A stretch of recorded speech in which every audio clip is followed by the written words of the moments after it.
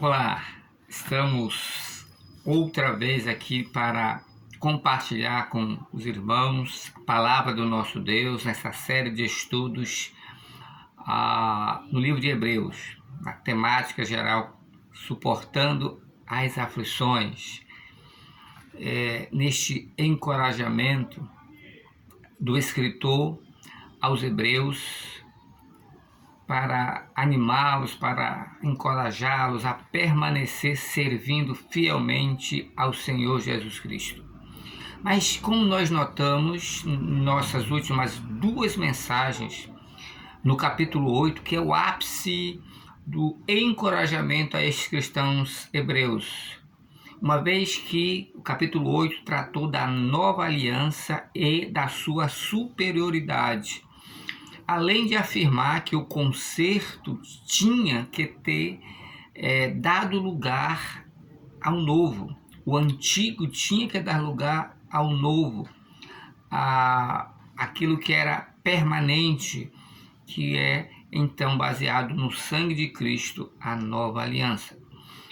Agora, o escritor ele vai usar o capítulo 9 para fazer o contraste entre os dois tabernáculos, o da primeira aliança e o da nova aliança, o terreno e o celestial, para demonstrar mais uma vez que aquele era apenas uma sombra e uma parábola do verdadeiro que foi inaugurado pelo Senhor Jesus Cristo. Todos os salvos, então, eles devem se apegar ao ministério celestial de Cristo, uma vez que este é o que está em vigor. Por outro lado, deve rejeitar qualquer tentativa de erguer outra vez um santuário humano que já foi derrubado por Deus. Uma vez que esta atitude de querer colocar de pé de novo o tabernáculo já foi derrubado pelo próprio Deus, e aí até a questão de mobílias do tabernáculo, coisas, objetos, tentando dar a eles um caráter, em nossos tempos tem acontecido, supersticioso, né? Na verdade, ele acaba tornando-se idólatra quando quer emprestar aos objetos ou cópia dos objetos do tabernáculo que já foi derrubado por Deus, emprestando a estes objetos algum tipo de poder. Nós, enquanto crentes em Cristo Jesus, devemos nos apegar ao ministério celestial de Cristo. Este é o que está em vigor. Em nosso tempo, temos então visto, por isso mencionamos algumas igrejas querendo erguer este antigo tabernáculo, resgatar mobílias e tudo isto aí. E o caminho cristão acaba sendo baseado em obras e não na fé em Cristo Jesus, o que é uma heresia para a vida cristã. Ela é pela fé e não pelas obras. Então, conhecendo o coração corrupto do homem, Deus ele nos deu, através do escritor aos Hebreus, ele vem a mostrar bem claramente todo o caráter passageiro daquelas cerimônias, bem como o tabernáculo, para conduzir ou para encorajar, mais uma vez dizemos, os leitores, os cristãos hebreus, a abandonarem a sombra que era aquele tabernáculo e tudo que ali acontecia, para ficarem com a realidade. E a realidade é o Senhor Jesus Cristo. Nós sabemos, eles estavam sob pressão das autoridades judaicas, pressão talvez da própria família para alguns, seus cônjuges, não sei, daqueles a quem eles prestavam serviço ou eram empregados, talvez pressão dos seus próprios patrões, mas eles estavam sob pressão para abandonar o caminho da fé em Cristo Jesus e voltar à experiência anterior do judaísmo. Como hoje, em nosso tempo, é possível que alguém esteja querendo voltar à sua experiência anterior antes de conhecer o Senhor Jesus Cristo. Cuidado. Mas vamos lá. Estamos caminhando para o fim dos nossos estudos na carta de Hebreus.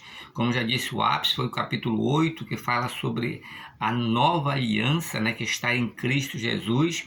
Mas é interessante, há muitas verdades que precisam ainda ser lembradas e apresentadas aqui. Vamos ler o capítulo 9, então, o início, os primeiros 5 versículos. Diz assim: Ora, também o primeiro tinha ordenanças de culto divino e um santuário terrestre, porque um tabernáculo estava preparado.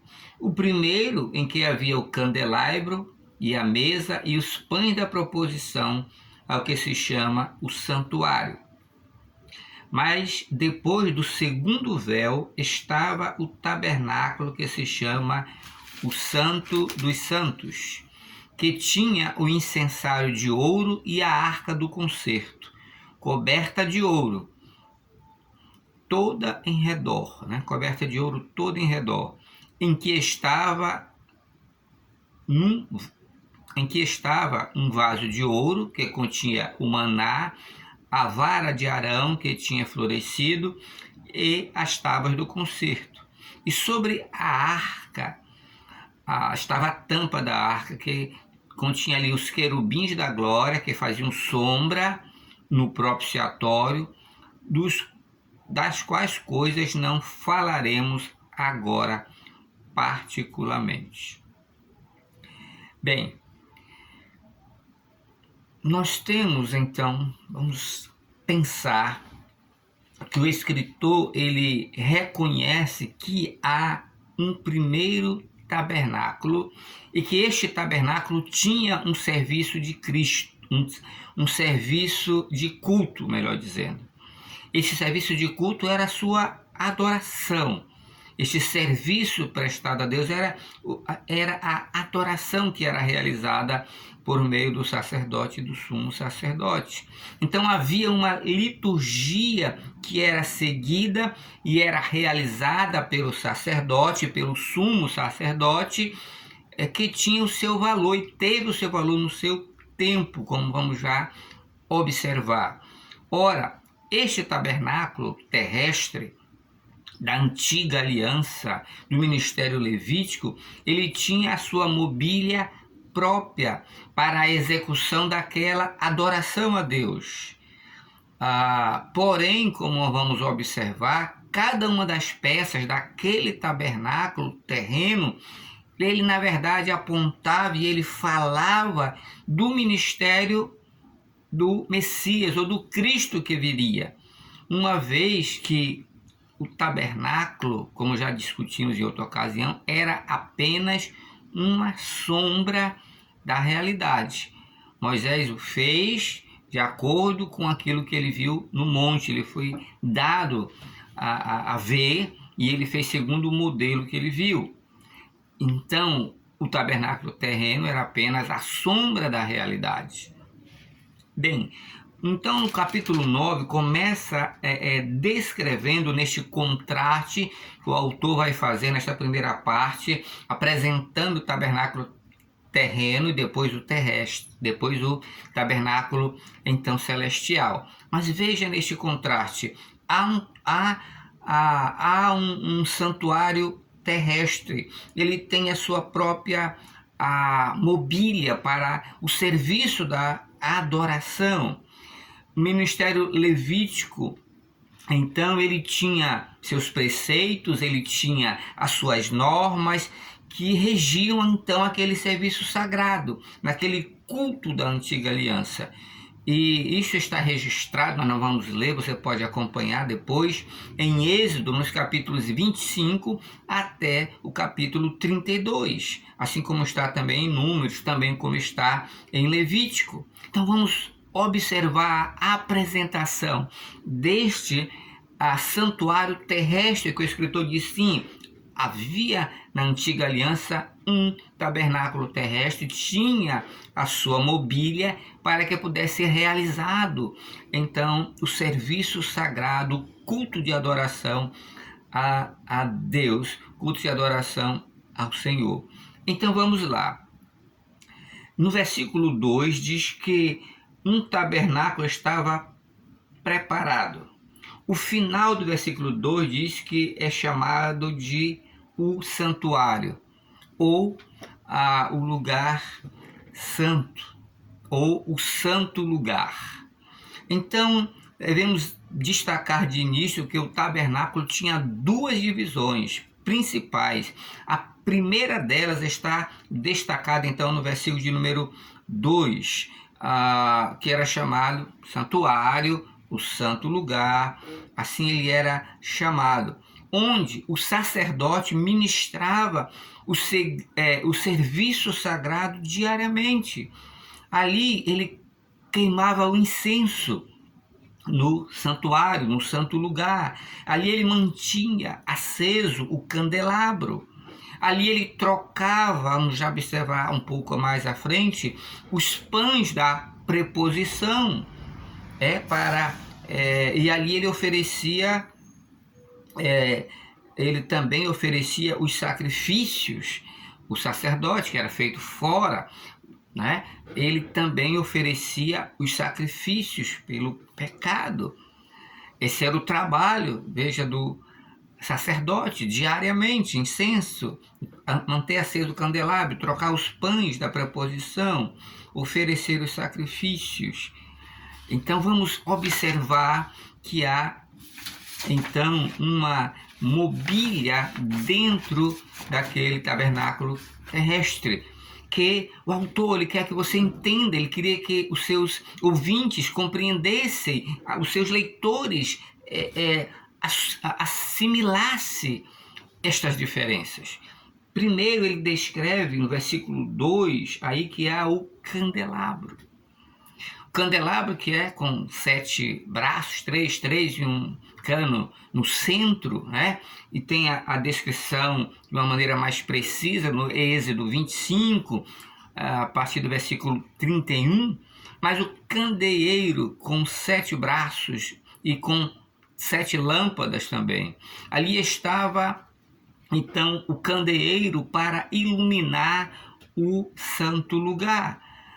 E era trabalho, como já dissemos, do sacerdote manter aceso o candeeiro, colocar, né, o óleo, o azeite, para que as lâmpadas permanecessem acesas de uma maneira contínua, fazia parte do seu trabalho.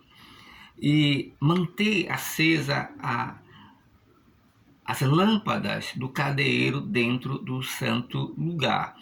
Bem, a luz para iluminar aquele ambiente.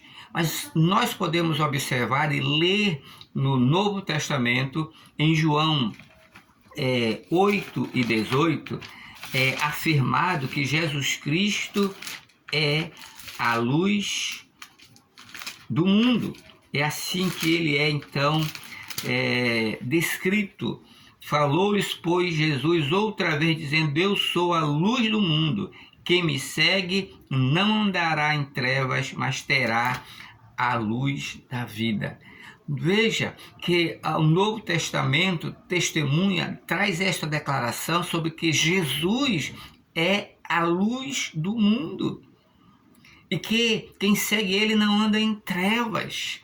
É como que ali estivesse anunciado, né, de uma maneira velada, de uma representação, mas a mensagem do Evangelho, do Cristo de Deus, que é a luz, que salva, que elimina as trevas do pecado no coração do homem. Na verdade, cada mobília dentro do tabernáculo falava da pessoa e da obra do Senhor Jesus Cristo. Interessante que, falando sobre Jesus, Apocalipse 21 e o verso 23, Apocalipse 21, 23 também diz assim: e a cidade não necessita de sol nem de lua, para que nela resplandeçam, porque a glória de Deus a tem iluminado, e o Cordeiro é a sua lâmpada. Veja, tudo ali apontava para o ministério do Senhor Jesus Cristo na nova aliança. E o óleo ou o azeite, né, também, que era colocado ali para que a lâmpada permanecesse acesa, também fala do Espírito Santo. É outra alusão à obra do Espírito Santo. Mas veja que dentro desta mobília que estava no santo lugar, nós temos a mesa da preposição. A mesa da preposição, que está aí também no versículo 2. Tem a mesa e os pães da proposição, né? Ou como está dito você pode ler também Êxodo 25, seguindo adiante, a partir do versículo 23, você tem a mesa. E sobre esta mesa eram colocados os pães da preposição, daí também chamada mesa da proposição. Nesta mesa eram colocados 12 pães sobre aquela mesa, os 12 pães da preposição. Por que 12 pães? Certamente você sabe, você pode pensar sobre isto, a velha aliança com a nação de Israel. Então cada pão representava uma tribo de Israel presente ali dentro do santuário na sua representação. E sabe outra coisa interessante? Levítico, deixe-me ver, Levítico 24, se é o texto de Êxodo 25, é o de Levítico 24, verso 5. Deixe-me confirmar.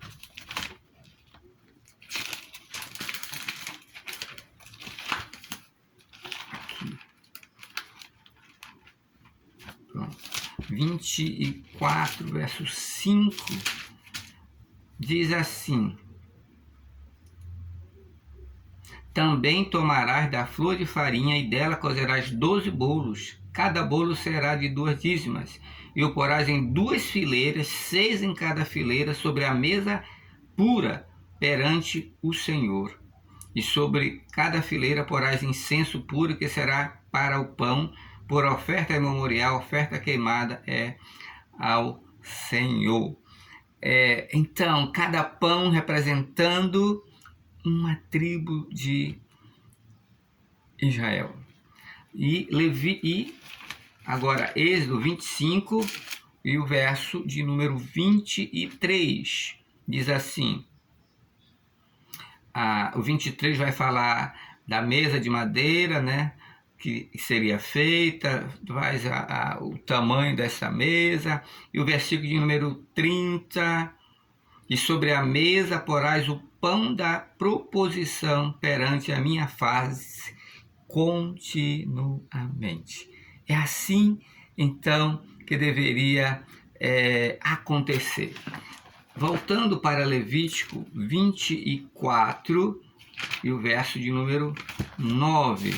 Levítico 24 e agora o verso de número 9. Diz assim: e será de Arão e de seus filhos, os quais o comerão no lugar santo, porque uma coisa santíssima é para eles, das ofertas queimadas ao Senhor por estatuto perpétuo. Interessante, né? A mesa de proposição, onde era colocado os pães sobre ela, 12 pães representando as 12 tribos de Israel. E por serem santificados, aqueles pães que ali estavam, santificados ao Senhor, só se alimentava deles os sacerdotes e os seus filhos, e dentro do santuário, como diz aí Levítico 24, verso 9, serão de Arão e de seus filhos, que os comerão no lugar santo, ali dentro do santuário, e só eles poderiam comer, porque eles eram santos, os pães da preposição. Que coisa interessante isto nesta representação, Diariamente, o sacerdote tinha que trocar também aqueles pães, como o texto diz. Agora, no Novo Testamento, veja João no capítulo 6, no Novo Testamento. João no capítulo 6, primeiro vamos ler o verso 33 de João. João 6, verso 33 diz assim: porque o pão de Deus é aquele que desce do céu e dá vida ao homem. O verso 35, e Jesus lhes disse: eu sou o pão da vida, aquele que vem a mim não terá fome, e quem crê em mim nunca terá sede. O verso 48 vai dizer: eu sou o pão da vida. Portanto, note, observe nesta declaração de Jesus que ele é o pão da vida e aquele que verdadeiramente alimenta a nossa alma e aquele que verdadeiramente pode conceder a vida eterna. O verdadeiro pão é o Senhor Jesus Cristo.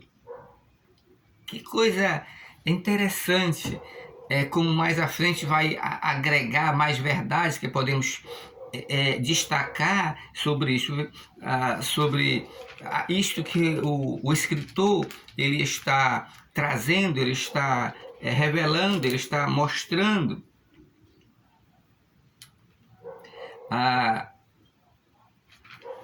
Para nós.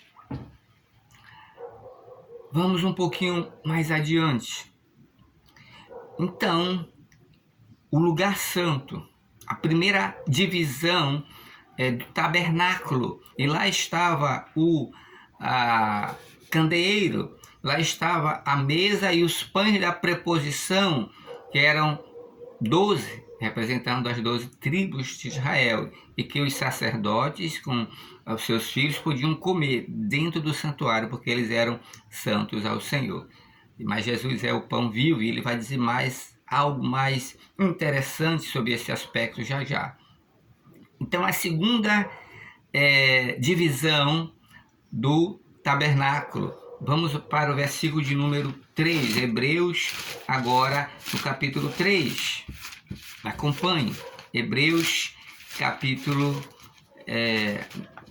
9, mas o verso 3, diz assim: mas depois do segundo véu estava o tabernáculo, que se chama o Santo dos Santos, ou o lugar santíssimo, ou o Santíssimo, ou o Santo dos Santos, o Santíssimo Lugar, o lugar santíssimo.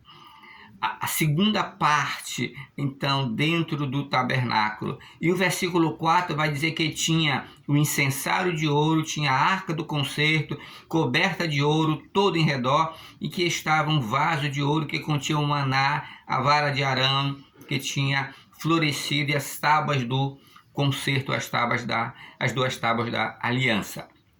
Então, o Santíssimo Lugar, ou o Santo dos Santos. Nesta segunda parte do tabernáculo tínhamos a mobília. Na verdade, é uma única mobília, vamos já explicar. Mas o ministrante é o sumo sacerdote, que vai entrar naquele lugar apenas uma vez por ano e não podia entrar sem sangue, como diz o versículo de número 7. Veja o capítulo 9 de Hebreus, mais o verso 7 agora. Mas no segundo, no Santo dos Santos, só o sumo sacerdote, uma vez no ano, não sem sangue, que oferecia por si e pelas culpas do povo.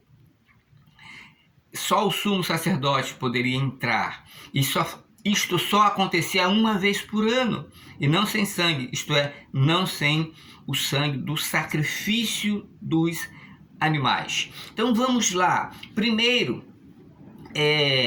o verso 4 diz que ele tinha um incensário de ouro, né? Tinha o incensário de ouro. Na verdade, o incensário era levado para dentro do lugar santíssimo no dia da expiação. Está lá em Levítico 16, o verso 12. Ele era um recipiente, né, cheio de brasas vivas, que era retirada do altar de incenso.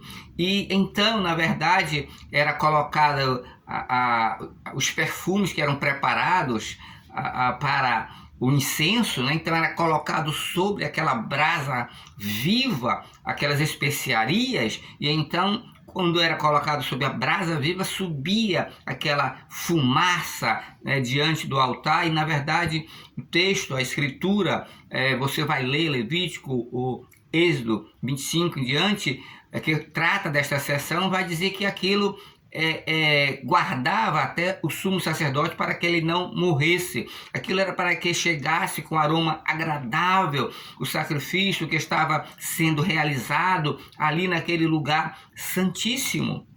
O incensário de ouro, né? O incensário de ouro, brasas vivas, sobre ela colocado então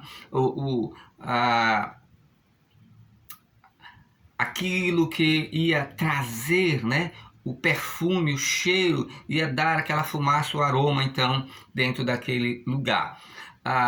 Isto diz Apocalipse capítulo 5 e o verso 8, assim como o capítulo 8 e o verso 3, que isto fala das orações dos santos. Apocalipse 8, 5, aliás, o primeiro 5 e o verso 8, depois lemos o 8.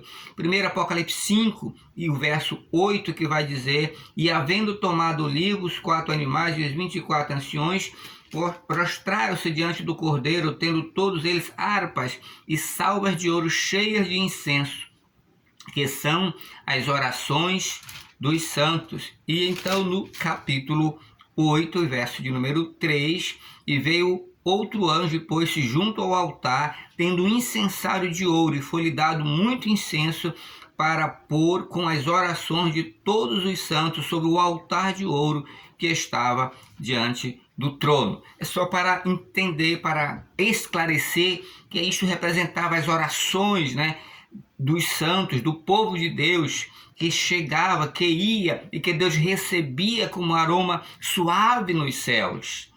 O incensário de ouro, que de fato era trazido de fora para dentro do santo dos santos pelo sumo sacerdote, e aí era colocado os aromas sobre aquela brasa viva, e então produzia esta fumaça, isto que subia como as orações dos santos então a Deus. Porém, havia a arca do concerto, que de fato era a única mobília do Santo dos Santos, porque o incensário era levado para dentro do Santo dos Santos, mas lá estava de fato, a mobília era a arca do concerto, como diz o versículo 4, tinha um incensário de ouro e tinha a arca do concerto coberta de ouro toda em redor. Interessante, note agora a arca do concerto, esta mobília que estava ali no lugar santíssimo, e era de fato a única mobília. Era feita de acácia, né? E ela era toda coberta de ouro.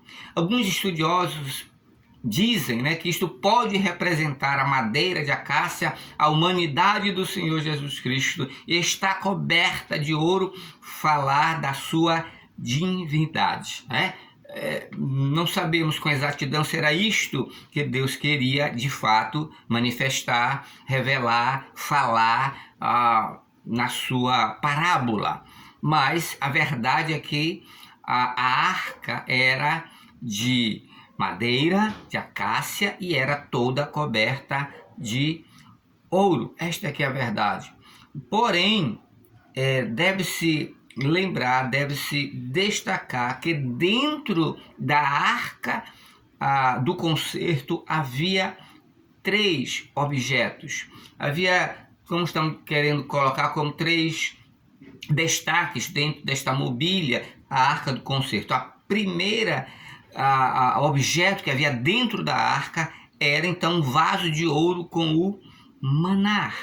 O vaso de ouro com o maná, como está descrito. Aí estava um vaso de ouro que continha o maná. O verso de número 4. Continha o maná. Interessante, observe que o maná lembrava daquele suprimento do pão do céu que Deus derramou para o povo lá no deserto, e era a provisão de Deus para o povo naquele momento, que até eles, em certo momento, eles praguejaram contra Deus concernente ao maná.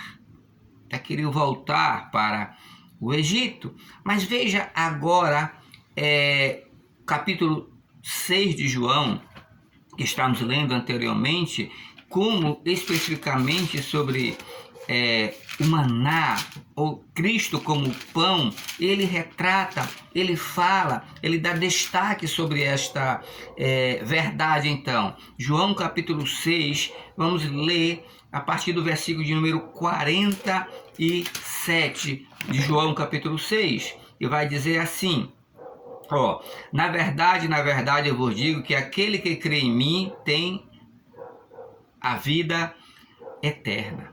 Eu sou o pão da vida. Vossos pais comeram o maná no deserto e morreram. Este é o pão que desce do céu, para que o que dele comer não morra. Isto é Jesus. Verso 51. Eu sou o pão vivo que desceu do céu. Se alguém comer deste pão, viverá para sempre. E o pão que eu der é a minha carne, ou é a minha vida que eu darei, né? É a minha carne que eu darei pela vida do mundo. Você vê que afirmação está aqui. Eles comeram o maná no deserto e morreram. Mas eu, disse Jesus, eu sou o pão vivo que desceu do céu.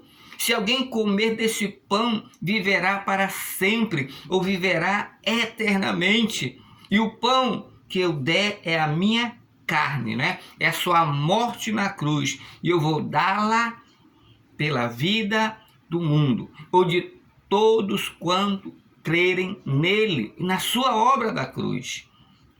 Então, cada parte, de fato, dentro do tabernáculo, fala, de algum modo, do Messias, daquele que viria, de Cristo, na verdade, da nova aliança, que, como tratamos no capítulo 8, seria realizada, seria concretizada, e que estava afirmada que a antiga tinha que passar para dar lugar à nova, por causa da sua superioridade, por causa da sua supremacia.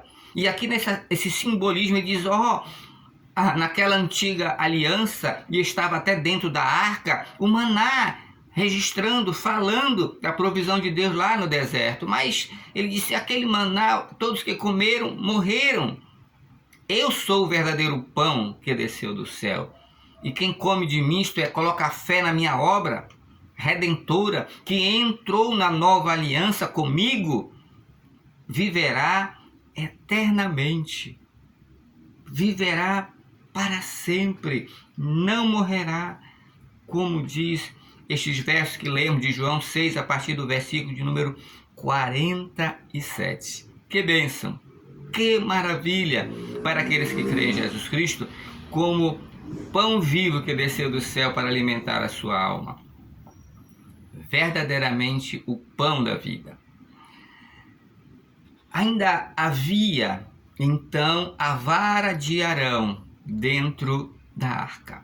Também você pode ir lá em Êxodo 17, a partir do verso 8, para ler sobre aquela seção. Depois, número 16, você vai lembrar que este é o episódio que fala sobre a revolta de Corá, de Datã, de Abirão. A vara de Arão representava a confirmação da chamada de Arão, da chamada divina de Arão para o sacerdócio. E isso está neste lugar da rebelião da casa de Corá, Datã e Abirão. Eles estavam questionando, levantando questionamento sobre a posição de Arão. E aquela revolta, na verdade, morreram 14.600 pessoas. Foi destruída esta casa, esta família, pela sua rebeldia, e morreram muitas pessoas dentre o povo que também estavam questionando o chamado divino de Arão para este ministério. E então, de 12 varas que foram colocadas de cada tribo, a vara de Arão floresceu, deu amêndoas.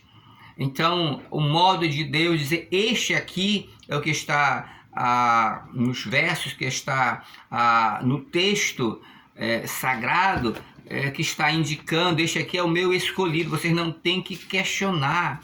Então, foi o modo de Deus autenticar o chamado do ministério de Arão, naquela antiga aliança. Deixe-me ver aqui, Números 16, Números capítulo 16, alguns versos apenas, 16 verso 6, Número 16 verso 6 vai dizer assim: fazei isto, tomai vós incensários, corai toda a sua congregação, e pondo fogo neles amanhã sobre eles, deitar incenso perante o Senhor, e será que o homem a quem o Senhor escolher, este será o santo. Bate-vos, filhos de Levi. Nós não vamos ler toda a sequência, nós vamos saltar para ler o verso 27, que vai dizer assim: levantaram-se, pois, do redor da habitação de Corá, Datã e Abirão. E Datã e Abirão saíram e se puseram à porta das suas tendas, juntamente com as suas mulheres e seus filhos e suas crianças. Então disse Moisés: nisto conhecereis que o Senhor me enviou a fazer todos estes feitos que de meu coração não procedem. Se estes morrerem como morrem todos os homens, se forem visitados como se visitam todos os homens, então o Senhor não me enviou. Mas se o Senhor criar alguma coisa nova e a terra se abrir, tal e tal. Verso 31, e aconteceu que, acabando ele de falar todas essas palavras, a terra que estava debaixo dele se fendeu, e a terra abriu a boca e os tragou com suas casas, como também a todos os homens que pertenciam a Corá e a toda a sua fazenda, a toda as suas riquezas. Aí lemos versículo 49, e os que morreram daquela praga foram 14.700 foram os que morreram por causa de Corá. E voltou Arão e Moisés à porta da tenda da congregação e cessou a praga. Veja, então isso marcou o chamado de Deus para identificar que eu chamei Arão. Ninguém toma esse ministério sem haver o chamado. Já estudamos isso, acho que no capítulo 5, ninguém toma por si só. É preciso ter o chamado divino, como o Senhor Jesus Cristo teve, como já falamos e foi demonstrado então lá atrás. Dentro deste evento, a vara de Arão está ali, representava a confirmação da sua chamada como sumo sacerdote para servir na casa de Deus. Bem, vamos lá, para a gente chegar ao final. Ainda havia dentro da arca do concerto um terceiro objeto, um vaso com maná. Jesus é o pão vivo que desceu do céu, né? Tinha a vara de Arão, que confirmava o seu chamado para ser sacerdote. Precisa ser um chamado, e ele foi chamado por Deus. E havia as tábuas do concerto, que eram as tábuas dos 10 mandamentos, né? Um resumo da aliança. E um último elemento que eu não posso deixar de falar hoje aqui era o propiciatório de ouro. O propiciatório de ouro. Note, nós falamos que de fato a arca era a única mobília, o incensário de ouro era levado de fora. Lá tinha a arca, dentro tinha 3 objetos, mas a arca ela tinha uma tampa sobre a arca onde estavam estes objetos, né? Então diz, voltando para Hebreus 9 e o verso de número 5, diz: e sobre a arca os querubins da glória, que faziam sombra de propiciatório, das quais coisas não falaremos agora particularmente. Então o verso 5 diz que sobre a arca havia aquilo que é chamado, texto sagrado. Então lá terem que voltar para Levítico 16, para Êxodo 25, a tampa da arca, que era chamada de propiciatório, porque ali vai propiciar o perdão. Ali era oferecido os sacrifícios para a remissão dos pecados.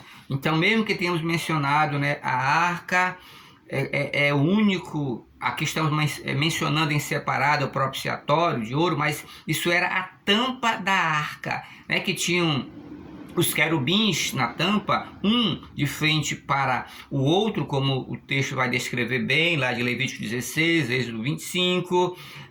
Este propiciatório estava, então, fechando a arca, os querubins estavam ali, um de frente para o outro, e sobre ela, sobre esta tampa, né, revestida de ouro, que era então aspergido, derramado o sangue do dia da expiação, né? Uma vez por ano, o dia da expiação era realizado ali. E o sumo sacerdote, lembra no versículo de número 7, que ele precisava entrar e não sem sangue no Santo dos Santos? Então o sumo sacerdote, uma vez por ano, precisava entrar com sangue, então, neste lugar santíssimo, para fazer a expiação. Era o dia da expiação, uma vez por ano. E ali o Senhor, diz o texto, né, de Levítico, que o Senhor se apresentava na nuvem, o Senhor se apresentava na fumaça ali, sobre o propiciatório. Ele vinha ali ao encontro do sumo sacerdote, havia uma manifestação dele no Santíssimo Lugar, e assim o sumo sacerdote entrava ali naquele lugar para fazer a expiação, pelo que ele precisava fazer expiação pelos seus próprios pecados, como nós já lembramos isto, mas eu preciso voltar a Levítico 16, o verso de número 11, para nós lermos. Veja lá: e Arão fará chegar o novilho da oferta pela expiação, que será para ele, e fará expiação por si e pela sua casa, e degolará o novilho da oferta pela expiação, que é para ele. Isso era que precisava ser feito. Então lá fora fazia oferecimento do sacrifício por ele mesmo, pela sua casa, do novilho, trazia para o Santo dos Santos, derramava sobre o propiciatório, o que ia propiciar o perdão dos pecados, juntamente com incenso aromático sobre as brasas, né, de ouro ali, porque ali era Levítico 16, 11 a 14, vai falar que ali era necessário ele fazer isso. Verso 12 diz: tomará também, Levítico 16, 12, tomará também um incensário cheio de brasas de fogo do altar de diante do Senhor, e os seus punhos cheios de incenso aromático moído, e o meterá dentro do véu, isto é, no Santo dos Santos, e porá o incenso sobre o fogo perante o Senhor, e a nuvem do incenso cobrirá o propiciatório que está sobre o testemunho, sobre a arca, para que não morra. E tomará o sangue do novilho, e então com o seu dedo aspergirá sobre a face do propiciatório, para a banda do oriente, fará os detalhes que estão descritos aí. Primeiro, ele vai oferecer o novilho por ele mesmo. Lembra que já estudamos sobre isso, que ele era um pecador, estava sujeito até a morrer dentro do lugar santíssimo, por isso tinha uma corda, né? Uma cordinha amarrada ali, foi providenciado isso em certo tempo e momento. Caso ele morresse ali dentro, puxava-se, porque ele estava no lugar santíssimo, pecado não confessado ali, no lugar onde Deus vinha ao encontro do sumo sacerdote para receber a oferta anual pelos pecados. De quem? Primeiro, do próprio sacerdote, pela sua casa, que eram os ministros no tabernáculo de Deus. E depois ele tinha que oferecer um bode. Versículo 15 diz: depois degolará o bode da oferta pela expiação, que será para o povo, e trará o seu sangue para dentro do véu, e fará com seu sangue como fez com o sangue do novilho. Vai se espargir sobre o propiciatório, colocar ali todo aquele procedimento do seu ministério. Primeiro por ele, pela sua família, né? Versos de 11 a 14, mas também pelos pecados do povo. Era oferecido o bode ali, e aspergido aspergido sangue sobre o propiciatório para conceder o perdão. Meus irmãos, isso tudo é muito importante para nós entendermos. O que nós observamos até aqui, precisamos concluir, apenas pontuar aqui as verdades finais, é que foi dado, revelado e mostrado que havia um tabernáculo terrestre e havia suas mobílias, tanto no santo lugar como no santo dos santos ou no lugar santíssimo. Porém, note os versos de 6 a 8 do capítulo 9 de Hebreus, né? Que é os nossos versos finais aqui, capítulo 9 de Hebreus, voltando para finalizarmos a nossa meditação, os versos de 6 então a 8, capítulo 9 de Hebreus, voltando para os 6 a 8. Ora, estando estas coisas assim preparadas, a todo tempo entravam os sacerdotes no primeiro tabernáculo, no santo lugar, cumprindo os serviços sagrados, verso 7. Mas no segundo, no santo lugar, ou no santo dos santos, no lugar santíssimo, só o sumo sacerdote, uma única vez por ano, não sem sangue, né? Não sem sacrifício, que era por ele e pelas culpas do povo. Verso 8, dando nisto a entender o Espírito Santo que ainda o caminho do santuário não estava descoberto, enquanto se conservava em pé o primeiro tabernáculo. Veja que interessante agora a conclusão que o escritor está nos dando. Os versos então de 6 a 8 esclarecem que Deus estava nos dando, através do tabernáculo e de todo o serviço sagrado prestado ali, um ensino e uma instrução. Era uma alegoria, era uma parábola, diz aí o texto. Então, verso 9, que é uma alegoria para o tempo presente em que se oferece dons e sacrifícios. Verso 9 diz que era uma alegoria. O verso 8 diz que o Espírito Santo estava querendo ensinar, ele estava querendo dar a entender, ele estava querendo instruir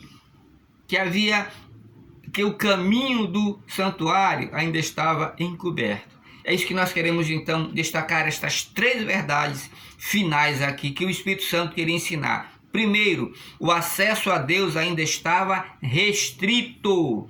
É o que está aí no versículo de número 8, dando a entender o Espírito Santo que o caminho do santuário não estava descoberto, enquanto, veja, se conservava em pé o primeiro tabernáculo. Enquanto aquele tabernáculo terrestre ainda estava de pé, ainda estava vigorando, o caminho ainda estava restrito. Só entrava lá o sumo sacerdote uma vez por ano, arriscado a morrer ali dentro. Quando Cristo entrou então no santuário celeste, um novo caminho se abriu para o crente, um novo caminho, uma vez que o véu que é simbolizado, né, que simbolizava aquele caminho fechado, havia um véu ali, uma cortina que não permitia a entrada para o lugar santíssimo. A Escritura diz que ele foi rasgado na morte de Cristo. Vamos lá, precisamos ler para finalizar Mateus 27 e o verso de número 50 vai dizer assim: e Jesus, clamando outra vez com grande voz, entregou o Espírito, e eis que o véu do templo se rasgou em 2, de alto a baixo, e tremeu a terra, e fenderam-se as pedras. Aí está, o acesso a Deus estava restrito, mas quando Cristo veio, e ele entrou no tabernáculo celeste, ele rasgou o véu de alto a baixo, e agora o acesso não estará mais restrito, ele estará livre para o crente entrar, para qualquer pessoa que tem fé em Jesus se apresentar no Santíssimo Lugar. Voltando para Hebreus, no capítulo 10 e o verso de número 19, vai dizer: tende, pois, irmãos, ousadia para entrar no santuário pelo sangue de Cristo, pelo novo e vivo caminho que ele nos consagrou, pelo véu, isto é, pela sua carne, tendo um grande sacerdote sobre a casa de Deus, chegamos com verdadeiro coração, inteireza de fé, tendo o coração purificado da má consciência e do corpo lavado com água limpa. A segunda verdade é que os sacrifícios eram imperfeitos. Diz Hebreus 9:9, diz que era uma alegoria até o tempo presente em que se oferece dons e sacrifícios que, quanto à consciência, não podem aperfeiçoar aquele que faz o serviço. Então os sacrifícios, a segunda verdade, a primeira, o acesso estava restrito, mas Cristo rasgou o véu para todo crente entrar nele. Os sacrifícios da antiga aliança, que já foi derrubada, aquele tabernáculo, era imperfeito, ele não podia aperfeiçoar. Sabe o que isso quer dizer? Que eles ofereciam os sacrifícios, mas ele continuava com a consciência pesada. É que diz aí o versículo 9, não pode aperfeiçoar, porque quanto à consciência, eles não podiam ser livres do peso do pecado. Sangue de bodes, de animais, não podia fazer isto. Não podiam ser aperfeiçoados. Mas no capítulo 10, como nós já lemos, diz que nós fomos livres, versículo 22, diz assim, que nós vamos entrar em plena certeza de fé, tendo o coração purificado da má consciência e o corpo lavado pela água limpa.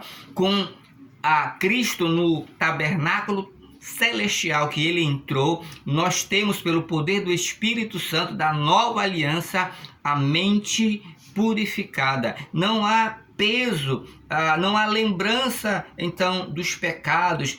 Veja que o sacerdote, o sumo sacerdote, eles ofereciam sacrifício diariamente. O pecador ia lá, oferecia o sacrifício de animal, de ações de graças, por pecados desconhecidos, pecados de ignorância, mas quando era uma vez por ano, o sumo sacerdote de novo fazia um sacrifício por todo aquele ano.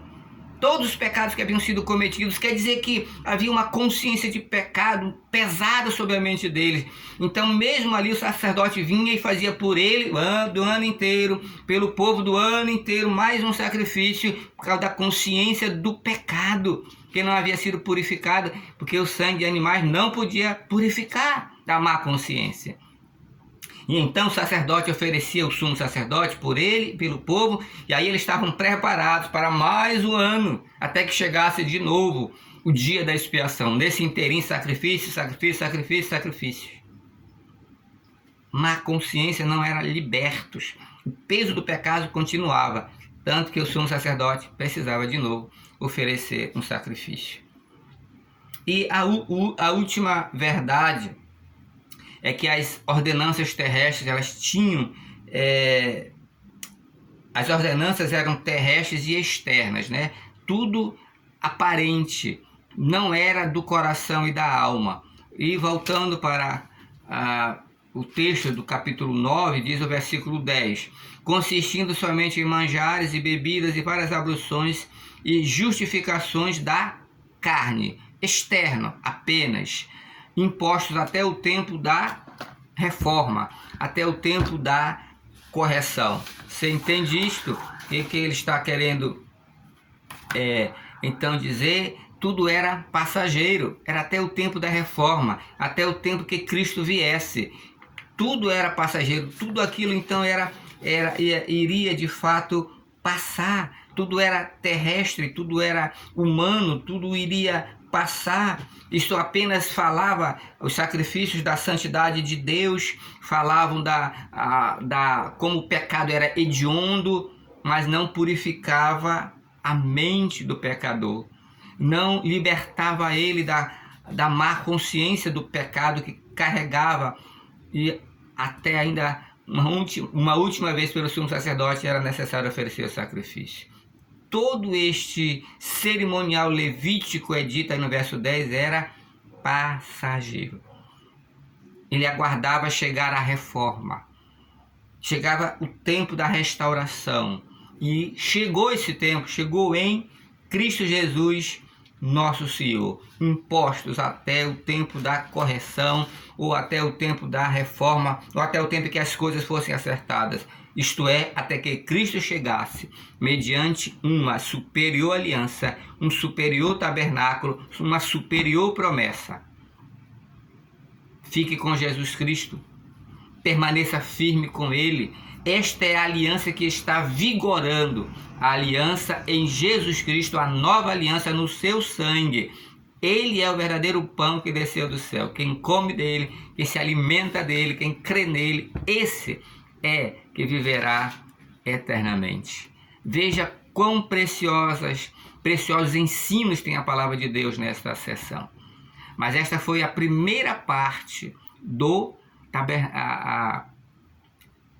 que ele apresentou, falando do tabernáculo terrestre. Na continuidade do capítulo 9, na segunda parte, ele então falará da superioridade do tabernáculo celeste. É que ele vai destacar. Não vá perder esta sessão tão importante para você e para mim. Deus te abençoe. Coloque sua fé em Cristo, creia nele. Ele é melhor do que qualquer outra coisa que você, porventura, tenha experimentado, qualquer outra experiência. Jesus é o nosso bendito Salvador. Creia nele, faça dele o Salvador da sua alma, porque só ele pode, de fato, salvar. Nesta obra magistral que ele realizou, nesse ministério que ele realiza no céu, no tabernáculo celeste, pelo seu próprio sangue, e de uma maneira perpétua e eterna. Por isso ele pode assegurar e salvar totalmente, Hebreus 7, 25, aqueles que se achegam a Deus através dele. Até a próxima. Deus te abençoe.